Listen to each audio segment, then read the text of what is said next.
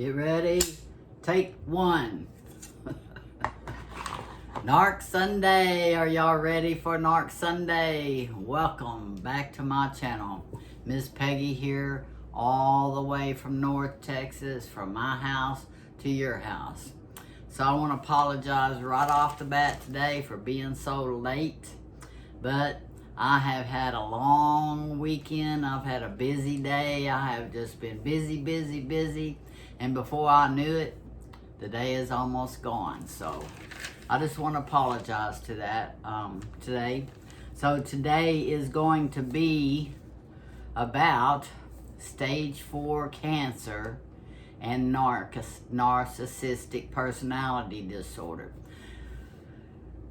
Stage 4 cancer, do you keep them or do you get rid of them? That's what I had to deal with. So, yeah. And the last 4 years out of my 19-year relationship with my narcissist was the worst 4 years out of the entire 19 years. And when I say that, I really didn't understand the full reason why the last 4 years were so hard. And it's like he just got miserable and more disrespectful, and he started screaming and hollering more and more. It's like, what is going on? But you know, the last 4 years has been me creating a YouTube channel. You know, that's just since the last 4 years. And then, you know, he went through the radiation, and then before that, he had his lymph nodes were swollen. So, yeah, the last 4 years, he's just hated my YouTube channel. He was so jealous of me being able to create someone in the outside to give me comfort. It just drove him crazy, because what they like to do is isolate you. And he pretty much did. He isolated me from my Starnes family. I didn't even go to Christmas anymore with them or nothing. He just isolated me so bad that I didn't even realize I was being isolated, because I was kind of just content staying at home. But, you know, the last 4 years, I created a YouTube channel, and I started getting successful, and y'all started talking to me and sending me letters and sending me cards and sending me presents.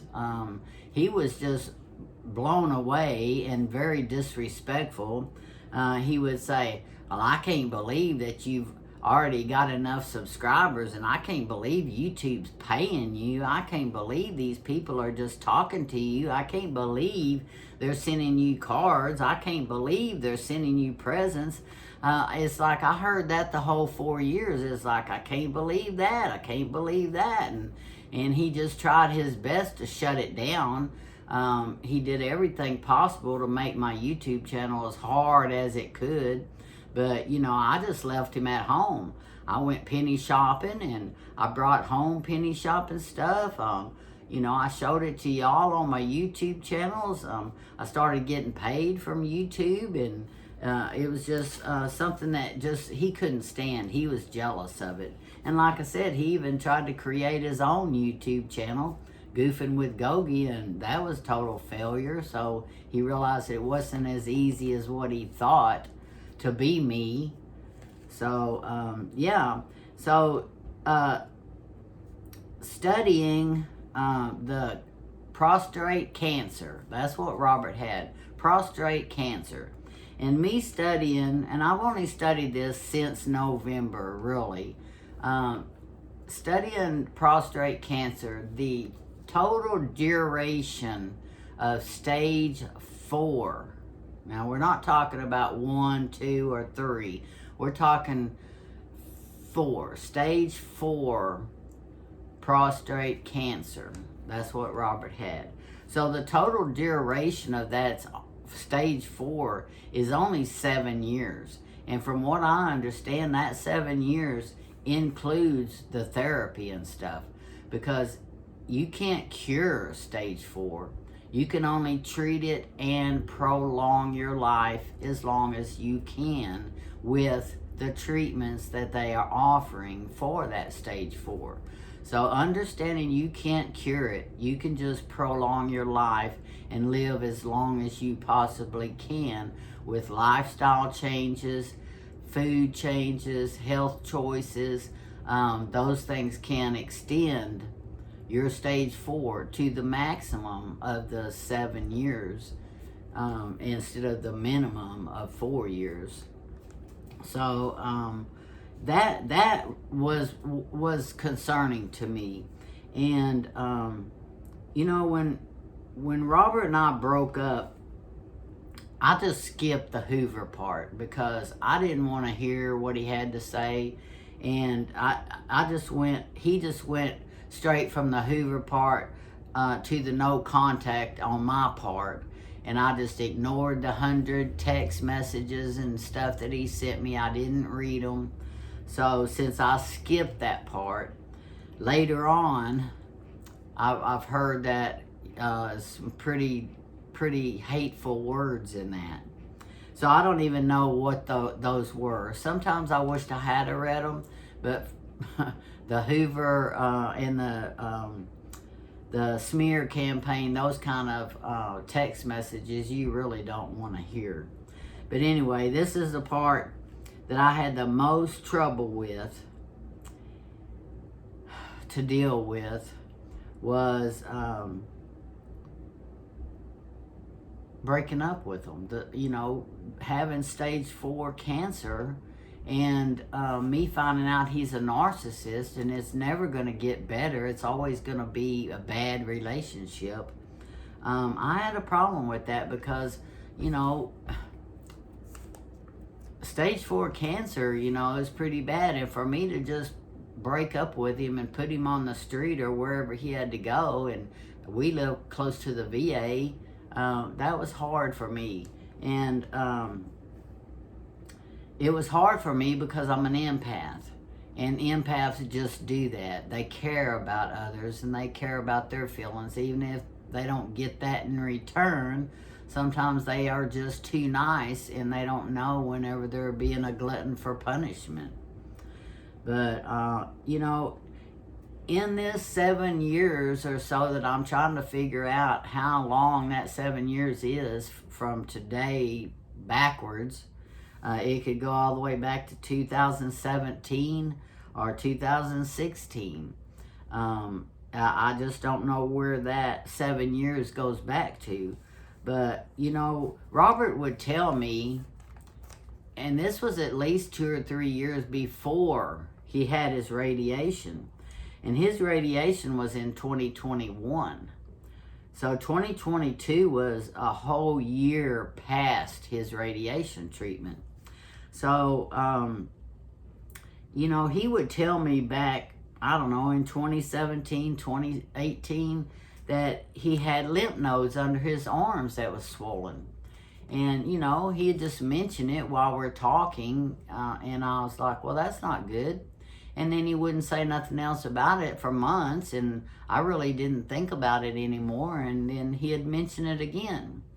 And then I would just tell him, it's like, you really should see a doctor, because lymph nodes generally indicate an infection, because, I've had lymph nodes under my chin, that were swollen, or even in my groin.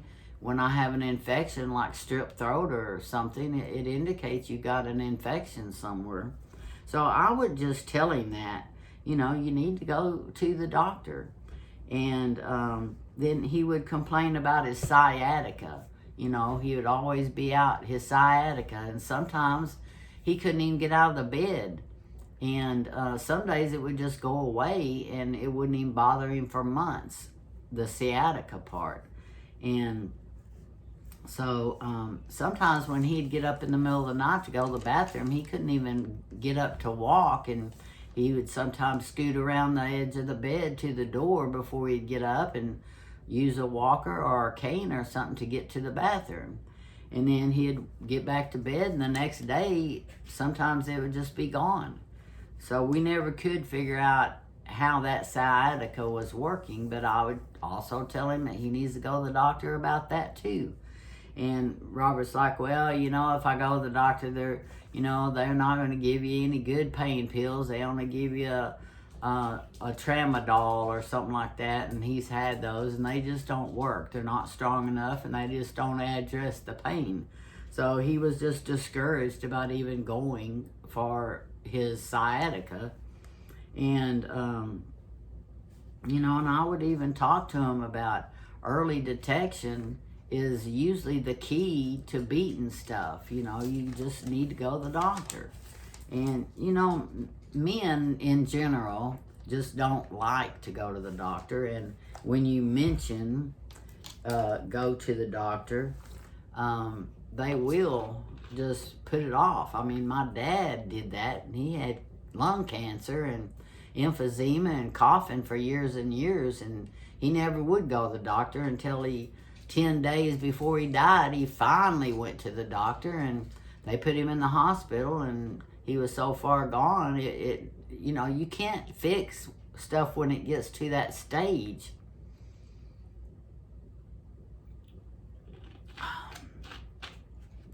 So, and I had my dad's experience behind me, and I knew how men do, so I was always encouraging him to go to the doctor. And so, he would say that he could go to the VA because he's been in the military for 11 years, and he could go to the VA. And I was like, okay, well, I knew there was a VA close to downtown, and he wouldn't go. And then all of a sudden they built one right down the street from me, less than 2 miles from our house. They built a brand new VA on 20. And so I would tell him, it's like, they got a brand new VA there. It's not really inconvenient. You don't have to go like all the way downtown, which is just 10 minutes. But, yeah, and I think they built that in 2015. So it was only there for less than 5 years whenever he finally started going. But, it was a convenience being close to us. So, and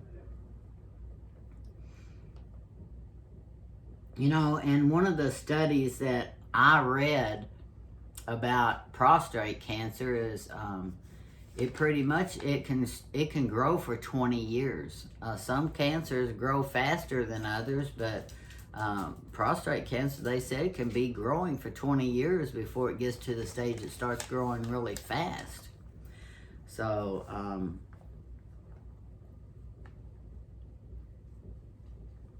and then,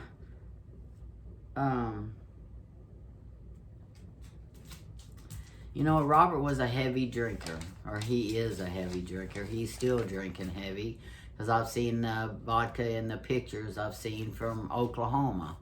And Tanya May is just as big an alcoholic, and she's there drinking with him.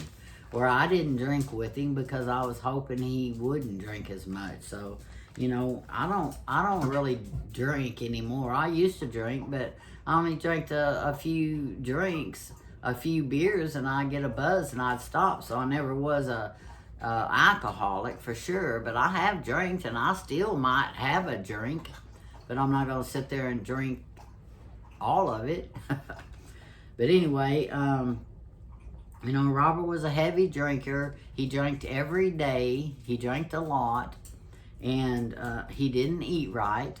I argued with him a lot because he insisted on making the dinner, and then he would piddle around, and we wouldn't eat till 8:30 at night. So he would go all day without eating, and then he'd come in here at 3 o'clock and make a sandwich or something and get full up.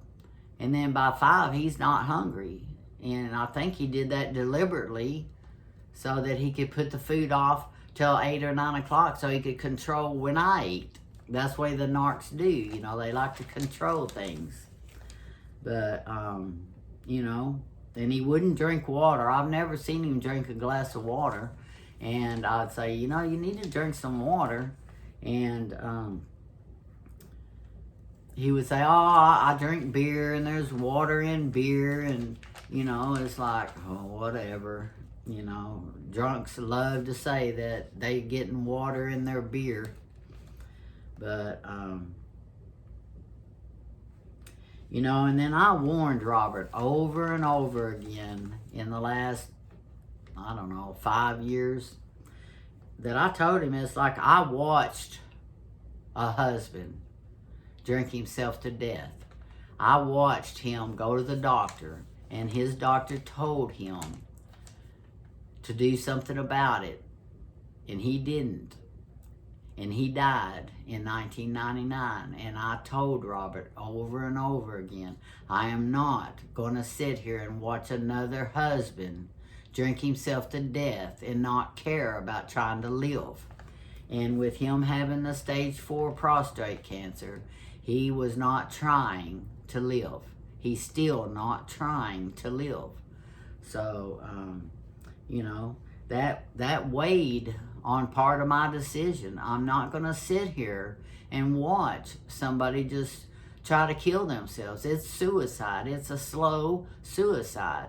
And I was just tired of watching it. You sit there and you watch them drink all day, and then you just know come 9 or 10 o'clock at night, they're going to start an argument with you, because that's what they do.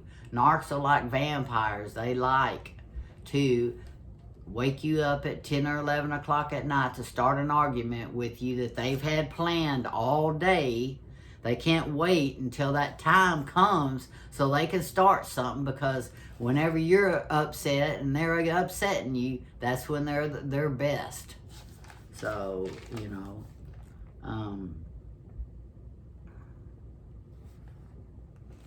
and then Robert had choices. He had choices that the doctors told him about the radiation. And the choices were, you can just take the prostate out and get rid of it and be done with it. If it hasn't spread or metastasized to other organs, you have a very good chance of beating it. And Robert wouldn't choose that. And I do remember talking to him about it, because it's not my choice. But it's like, well, if you just take it out, just get rid of it, you don't have to deal with it anymore.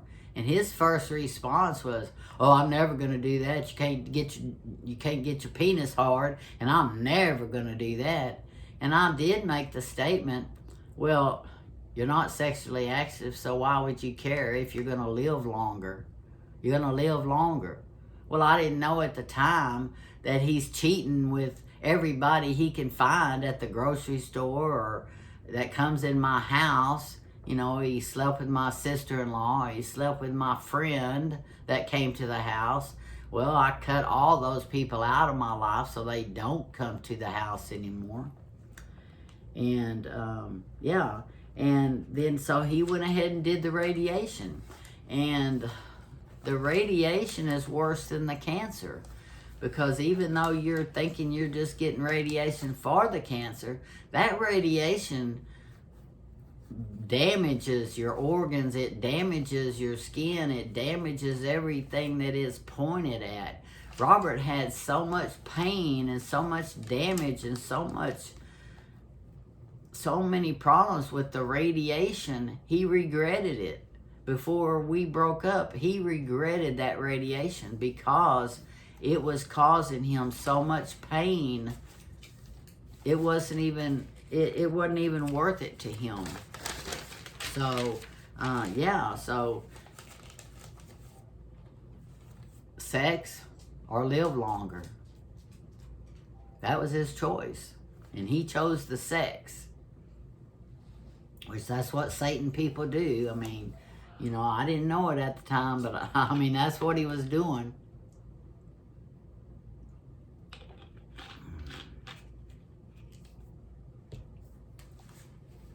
Because that fool was still cheating. Even though he had stage 4 prostate cancer. And then he's accusing me of tying his hands. He's like, man, you tied my hands, because he couldn't go out and cheat because I kept him from taking my car. And all he could do is cheat with the people that come to the house. He couldn't go anywhere and cheat at that time. He just could cheat with people in the house, which I didn't even think about that. I just thought about him going out to the strip joints and the whores and strippers and the phone sex. Lo and behold, I didn't think about my friends and my family that he'd be sleeping with.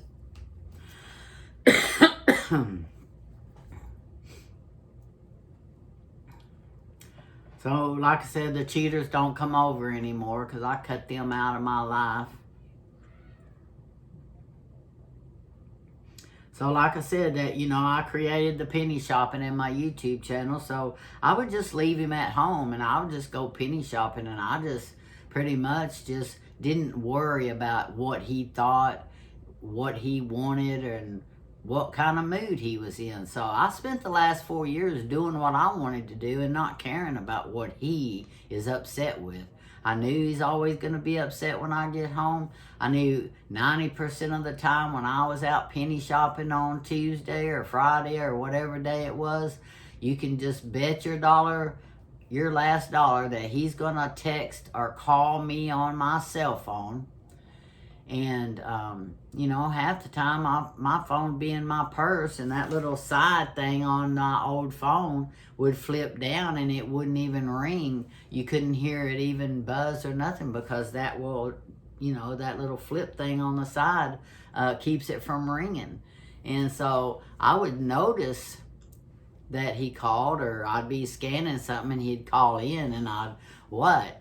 He's like, well, will you go by the store and get some bread? I need some bread. Will you go by the store and get some hamburger meat? I need some hamburger meat for dinner. Will you go by the store and pick up a couple of onions? Will you go by the store and get some milk? Will you go by the store? And it's like every time, it's like, you know, it's like, I finally, after, I don't know, 3 years of it, I finally come home and says, you know what? I'm really getting tired of you texting me every time I go penny shopping. Every time I'm out on Tuesday, you always have to text me and tell me to go by the store and pick up something. It's like, I don't want to do that. If I'm out penny shopping, I'm penny shopping. I don't have time to go to the store. Now, if you want me to get something, when I get home, ask me. Say, I need an onion. Do you mind going to the store to get me one? I need a tomato. Do you mind going and get me one? Don't text me and tell me to get it while I'm penny shopping. That's inconvenient for me. Why can't you do that on Monday or on Wednesday? Why does it have to be on Tuesday? I was starting to get annoyed with that. Well, he just got mad and just blew up at me and started screaming and hollering at me. And, well, never mind. If it's too much trouble for you, I'll just get it my own dang self. I was like, fine. Just don't do it on Tuesday. You know? And, you know, I would have those words with him. It's like, it gets annoying. It's like, you don't know they're narcissists, but they want everything to be about them. Look at me, look at me, look at me. And I'm out penny shopping for 4 or 5 hours, and he can't say, look at me, look at me. So he's going to text me and phone call me and, you know, just bother me as much as he can.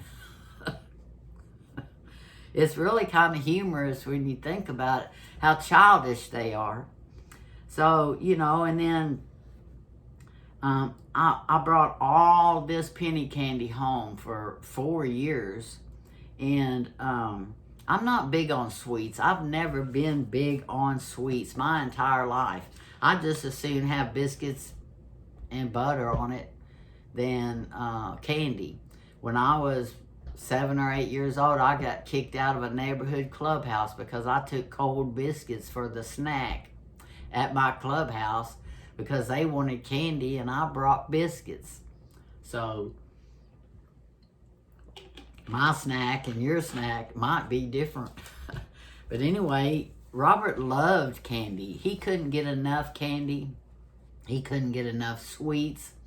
And he ate all of the penny candy. He could eat it And right now I've got a whole table back there full of penny candy because in 6 months he's been gone, almost 7 months.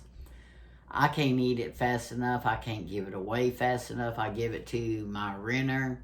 I give it to my neighbors. I give it to my kids. I pawn it on everybody that will take it.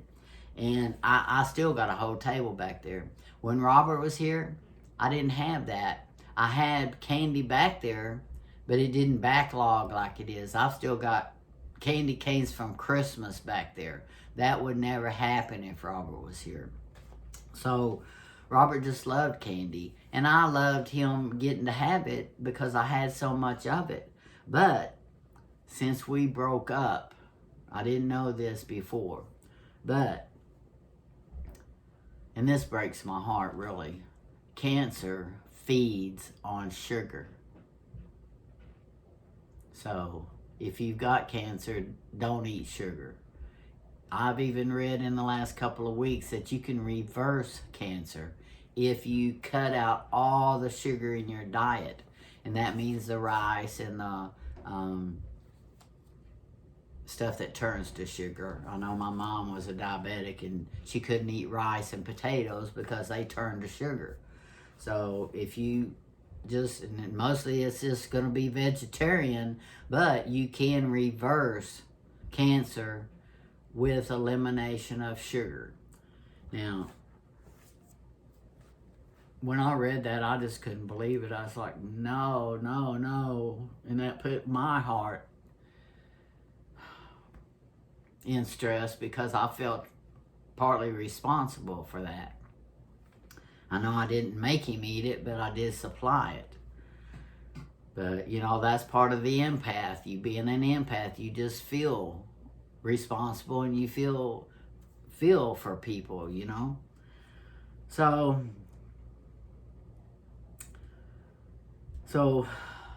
you know, I untied his hands and I told him, you are free to go.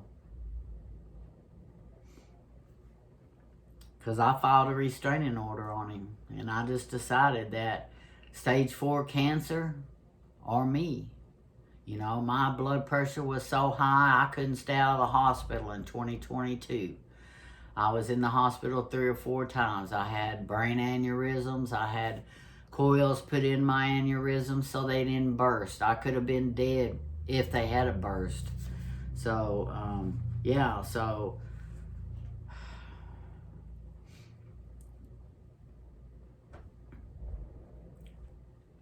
I just had to make that decision. It's either his health or my health. And he was at the point to where he knew my health was starting to get bad. And he knew he had stage 4 cancer. And he was definitely trying to make sure that I died first before he did. Because he's been trying for 19 years to cause me enough grief. And that's what they do. They will cause you so much grief. You're either going to die from health problems or they're going to make you kill yourself, because a lot of people commit suicide that are in these relationships. So their end game is for you just to be gone. They want to unalive you. That is their end game. They don't tell you, but that is. If you read up on narcissists, and you can learn this, that's exactly what they want. So he knew he was on a time crunch, you know. I got to get her before life gets me. So he knew he was on a time limit. So he was speeding up that in the last few years since he found out he had cancer. And, you know,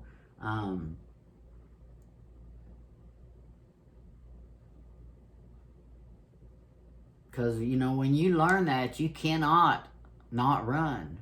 I mean, when you read about them, they tell you, leave and run. Get out of that as fast as you can. And, you know, me being an empath, that was hard for me because I kept saying, but he has cancer. So I Googled that, you know, leaving a narcissist and cancer. And boom, it came right up and said, it don't matter if they've got cancer, because they will try and make sure that your life is miserable on their deathbed. And I'm like, you know what?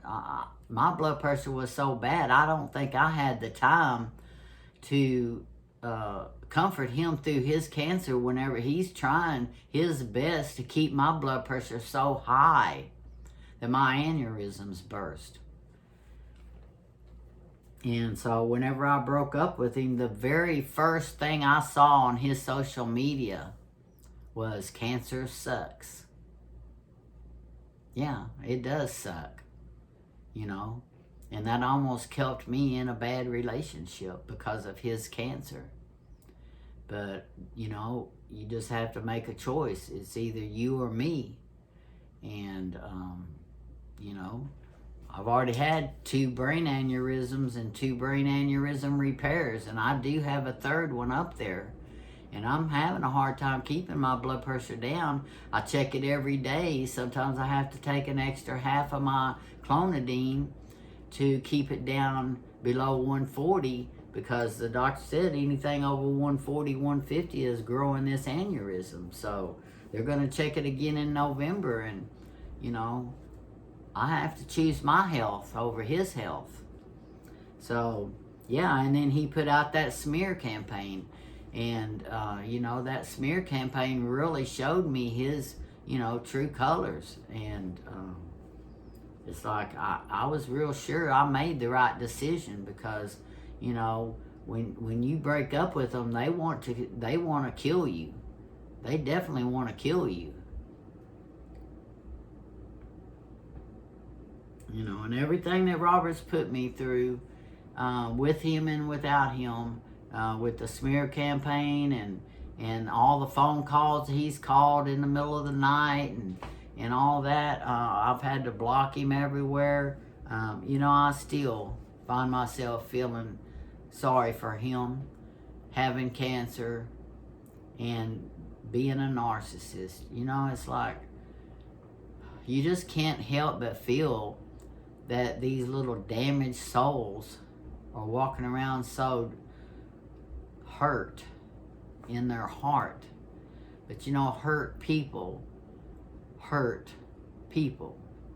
And that's what he was doing. He was hurt in here, so he was hurting me. And then he got cancer, and he sped it up because he knew he was on a time limit and his time was running out. And so, yeah, I do, because I'm an empath. And when I pray at night, or when I pray in the morning, or when I pray in the afternoon, when I'm just looking out the window and thinking, I add that little prayer for Robert. Please help him find the Lord and some peace in his heart before it's too late. Because I've had a front row seat of watching how angry and miserable people are that show that evil side. You know, I've got a sister that's just like Robert. I didn't realize why I don't have a relationship with her until I realized why Robert's a jerk. Robert's a jerk because he's a narcissist. My sister is hard to get along with because she's a narcissist. My sister feels entitled to steal money from my parents' estate because she's a narcissist. Robert felt justified for stealing everything he could get his hands on and take it out the door of my house with his son, Chad Davis, which has a record, a felony record for burglary, for theft. Chad Davis helped his dad steal everything they could get their hands on. Stuff that my dad had left me that's sentimental. Stuff my dead husband has left me that's sentimental. Chad Davis walked in my house with his dad 3 nights in a row and stole everything he could get his hands on. And his mother, Kim, is threatening me to leave my son alone. Well, listen, Kim, I'm not going to leave your son alone. Your son is a thief. Your son has a burglary record, and he is showing his true colors by allowing his father to recruit him to come into my house and steal everything I worked for, I paid for, and his dad paid nothing for it.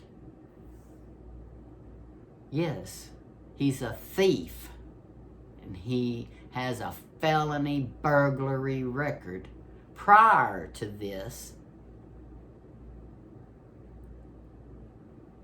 so yeah, I'm never gonna stop talking about your son. Chad Davis is Robert Davis's son, and they're both thieves, and they're both thefts. And another thing, Kim says, Chad walked out of his dad's life years ago. Well, guess what? He didn't, because he was over here every Christmas eating. He was here every Thanksgiving eating. I've got pictures of that, and I can prove that. So no, if Chad told you that, you're the one that just didn't know it. Not me, because I'm the one that cooked the food, and I'm the one that sat at the table and ate with him. You're the one that didn't know that he was here all the time with his dad. So no, he didn't turn his back on his dad years ago. So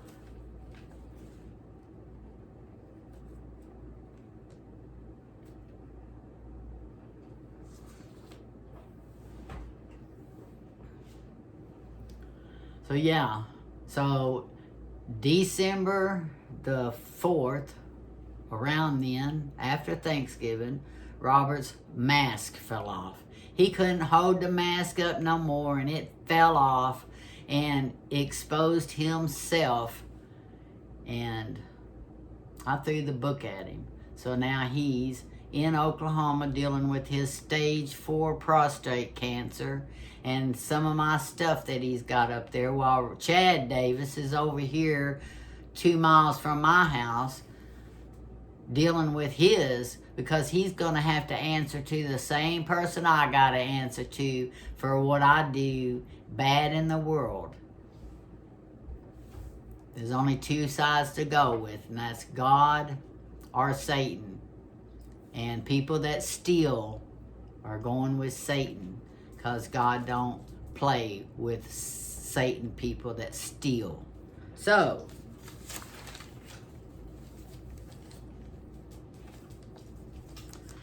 the last thing Robert told me before he left here is, it's not important anymore for me to get my name on your house.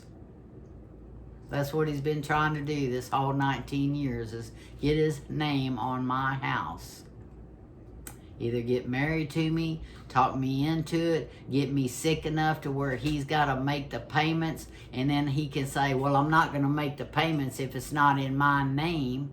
Well, I managed to make sure that I got on Social Security and disability and Social Security, SSI, and all that, so I never had to depend on him to take care of me. So, number one thing, never ever let a man take care of you because he could be an abuser. Make sure he's a nice person. So,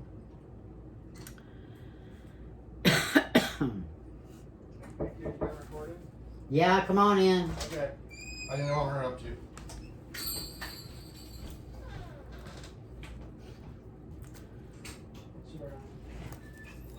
So, that's what he did. As soon as I told him that I was done, he just started packing and stealing, packing and stealing, packing and stealing. And you know what? I am 70 years old, and I'm not going to get up out of my bed at 1 a.m. in the morning and try to fight 2 grown men for my stuff, because I can't. And Chad Davis kept looking at me like, make a move, bitch, make a move, like me and my dad gonna attack you. Chad Davis kept looking at me while he's stealing my stuff. So,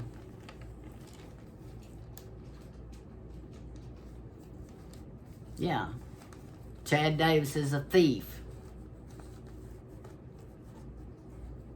And has a record for theft and burglary. And I'm never going to stop saying that. I might say it every week in my video. And that, my friend, is closure. And that's the only closure you're ever gonna get from a narcissist. Because they walk out and leave. They don't turn around. They don't say goodbye. They don't say kiss my ass. They don't do nothing but steal your stuff, walk out the door, and find the next victim that they can take some stuff from, because they don't want to work for their own stuff. They just want to work for somebody else. And I'll tell you, whenever I went on the internet and I looked to see what Robert was doing, and he said cancer sucks, he was in a relationship with a girl from Guam in the Philippines. That's funny right there. In a relationship since January 2023 with a woman from Guam. Now, since then, he's deleted my smear campaign because it didn't work. And that's what they do. When they realize that the smear campaign don't work, nothing he ever did worked, because I'm not fixing to be controlled, and I'm not fixing to sign my house over to anybody. Not anybody. So,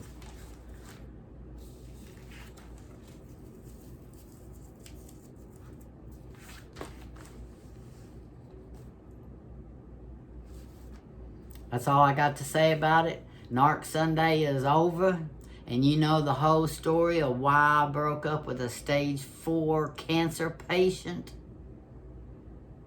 Because they want you dead first. Now, next week on Narc Sunday, we're going to do a live. So y'all go down there in the comments. Y'all put down some questions. I will be reading them all week. And I'm going to write down the questions and answer them. And then we can have a conversation together. So I even encourage Kim or Taylor or even Mr. Narc himself. Come into our feed.